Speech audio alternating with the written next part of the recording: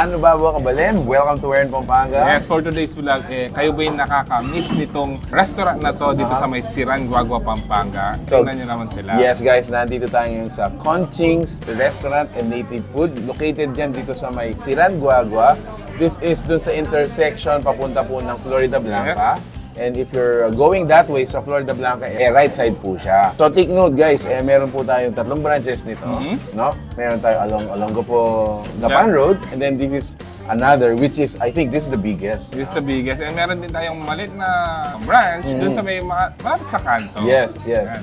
Okay, so guys, on our table, grabe Mark, napaka-generous again ng ating host. Yes, actually these are the bestseller ng Yes. Conchings. Sabi nila sa atin, ito talagang binabalik-balikan nila. Yeah, so imagine for how many years Yes. nakatayo na si Conchings, hanggang ngayon ito pa rin yung mga hinahanap-hanap nila. If I'm not mistaken, after ng Mount Pinatubo Yes. eruption, yung lahar, nag-start na sila na mag-serve yan. Dito sa Conchings Siran Guagua, meron po sila ditong function hall, Yes. which is it can accommodate siguro, may take, no? 200 siguro, ganyan. 150 to 200, 150, yes. kayang-kaya. It's an open function hall.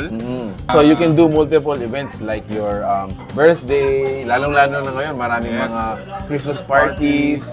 So you can hold your events po doon. And then meron din siyang parang alfresco in which you can start ordering. Doon na po kumain. And then right now, nandito tayo ngayon sa kanilang air-conditioned room. So what do we have on our table? So on our table, syempre, ito yung mga pinagmamalaki nila. So meron tayo dito yung kanilang lumpiang ubod. Yes. Yes. So syempre, di mawawala dyan yung mga favorites natin. So meron tayong bulalo, lechon kawale, Wow. sisig, Sisig. syempre, yung kanilang crispy kare-kare.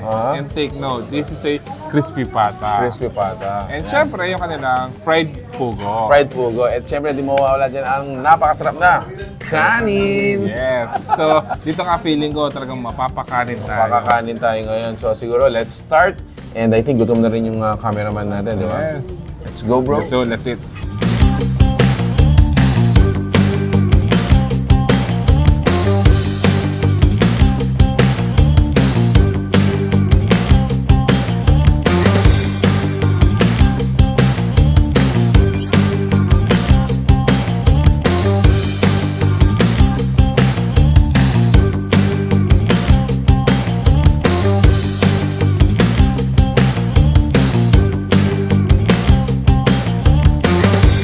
I recall, ang in-order nila dito, yung kanilang boodle fight. Yes. Bilao boodle fight. Yes. So meron na tayong buro, meron ding mga fried chicken, Meron also ding have fish. fish, exactly. Yes.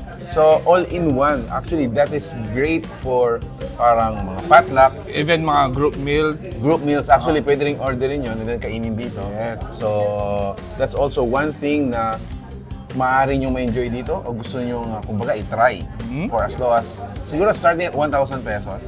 And then you can get that kind of experience.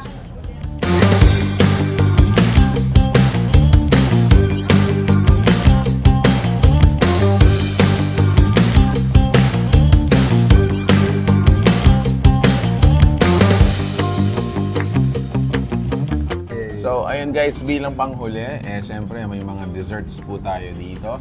And what more to enjoy a dessert than a native halo-halo, brother? Yes. So, syempre, always naman, meron space ang halo-halo. Exactly. Sa tiyan natin. You gotta make space for desserts. I mean, yeah.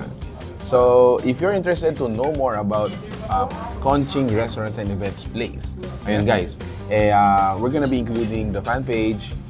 You need to contact.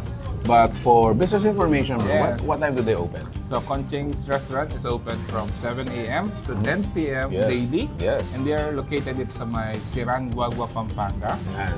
And ang pinaka-landmark lang naman niya, just yung parang intersection papuntang Florida Blanca. So from there, just around mga 50 meters ay makakarating na po kayo. Yes. And take note guys, starting 6 p.m.